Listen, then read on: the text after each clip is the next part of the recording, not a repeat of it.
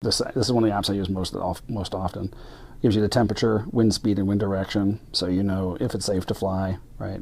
Gives you an easy little checklist to make sure that everything's good. But the most important thing on this is this screen here. And so everything on this screen is the orange dots are where it requires permission to fly. Anything that's red is a no-fly or restricted zone. Anything that's blue is what's called a TFR, or temporary flight restriction. And any pilot who flies commercial or anything like that, they know about TFRs. They're basically areas you can't fly for one reason or another. We zoom into where we are, you can see more and more areas that are required of restrictions. And so, for example, where we are right now, we have to call in to actually get permission to take up anything we fly today. I have various different types of drones.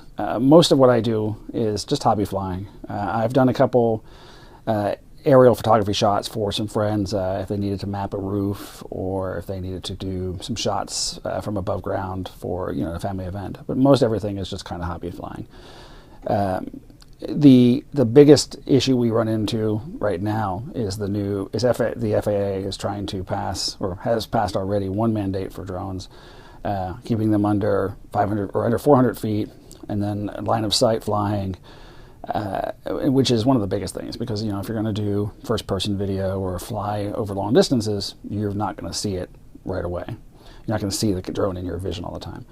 The new mandate includes things like you can't fly over people if the people aren't part of your production. So if I am flying over, let's say, a beach, and someone happens to run across the shot, I can't use any of that because someone that wasn't part of it is in it. You can't fly in parks, and they're adding more and more no-fly areas. They're restricting it to, like today, even to do this, we had to call the airport just to get some flight time. So they're trying to make it harder, and they're actually looking to get certificates for drone pilots or UAV pilots to actually have to take a class to become more flight certified.